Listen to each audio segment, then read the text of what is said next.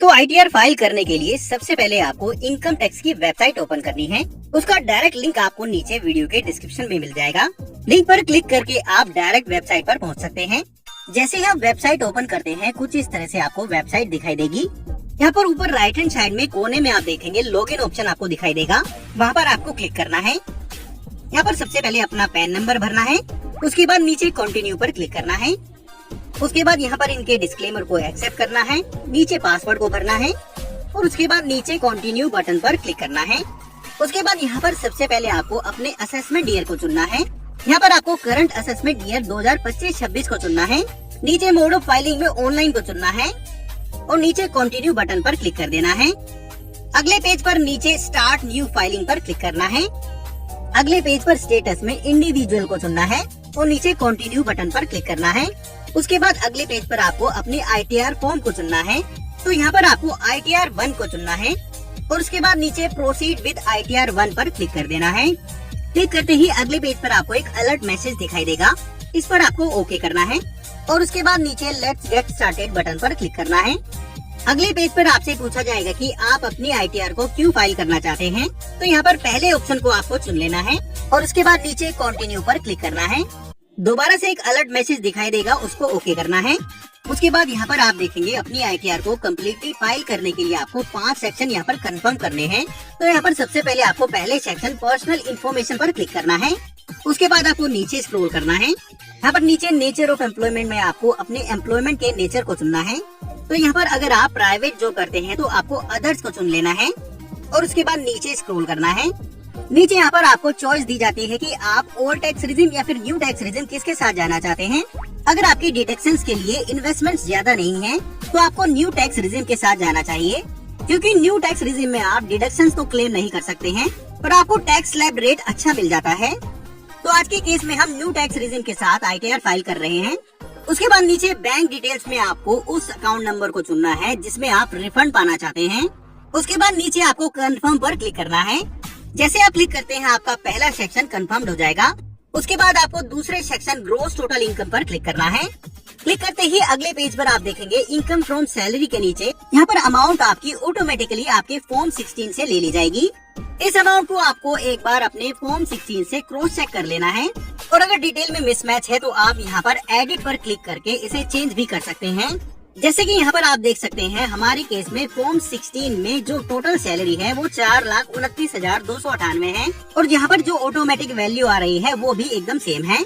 उसके बाद नीचे आप देखेंगे एग्जेम्प्ट अलाउंस में अगर आपके फॉर्म 16 में कोई अलाउंस दिया गया है तो वो आपको एक बार क्रॉस चेक कर लेना है। मेरे केस में यहाँ पर आप फॉर्म 16 में देख सकते हैं यहाँ पर कोई भी अलाउंस नहीं है, तो नीचे यहाँ पर इन अलाउंस सेक्शन को आपको डिलीट कर देना है। उसके बाद नीचे आप देखेंगे अगर आपकी इनकम सैलरी या फिर पेंशन से है तो यहाँ पर आपको स्टैंडर्ड डिडक्शन में 75,000 रूपए तक की डिडक्शन दी जाती है, जो कि यहाँ पर ऑटोमेटिकली ले ली जाती है। उसके बाद आपको नीचे सेव बटन पर क्लिक करना है।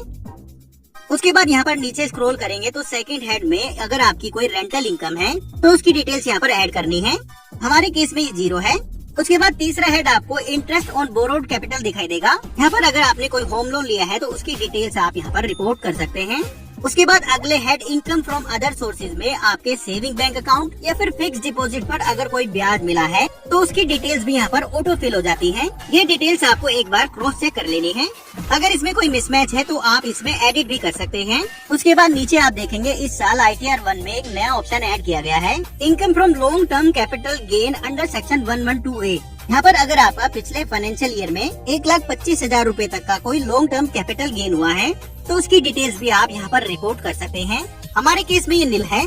उसके बाद नीचे आपको कंफर्म पर क्लिक करना है।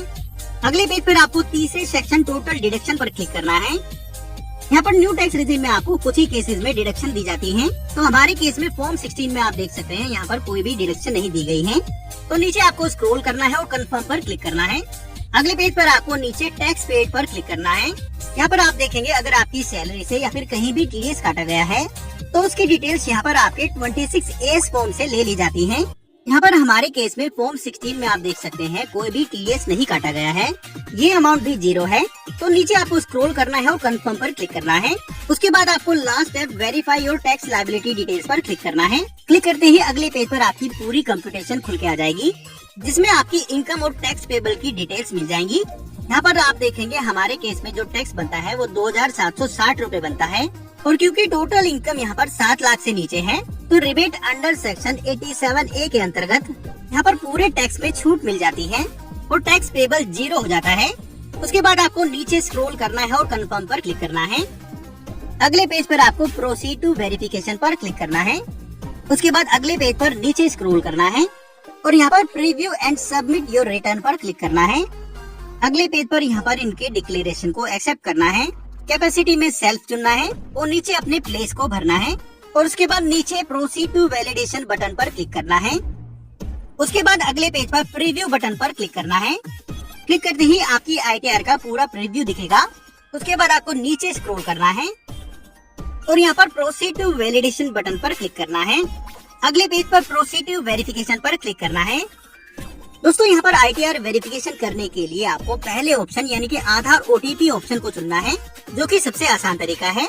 उसके बाद नीचे कंटिन्यू बटन पर क्लिक करना है। उसके बाद अगले पेज पर how do you want to everify, यहाँ पर आपको पहले ऑप्शन को चुनना है, यानी कि आप अपने आधार OTP के थ्रू अपनी ITR को वेरीफाई करना चाहते हैं। ऑप्शन चुनने के बाद नीचे कंटिन्यू बटन पर क्लिक करना है। उसके बाद यहाँ पर I agree to validate my Aadhaar details पर क्लिक करना है और नीचे जनरेट आधार OTP बटन पर क्लिक कर देना है। जैसे आप क्लिक करेंगे आपके आधार कार्ड के साथ रजिस्टर्ड मोबाइल नंबर पर एक OTP प्राप्त होगा। उस OTP को यहाँ पर आपको भरना है और नीचे वैलिडेट बटन पर क्लिक कर देना है। उसके बाद यहाँ पर कंफर्मेशन के लिए सबमिट बटन पर क्लिक करना है। क्लिक करते ही आपकी ITR सक्सेसफुली सबमिट हो जाएगी। उसके बाद आपको नीचे प्रोसीड पर क्लिक करना है। क्लिक करते ही आपको कुछ इस तरह से स्क्रीन दिखाई देगी। उसके बाद अगर आप अपनी ITR की रिसिप्ट को डाउनलोड करना चाहते हैं तो उसके लिए आपको नीचे डाउनलोड रिसिप्ट बटन पर क्लिक करना है।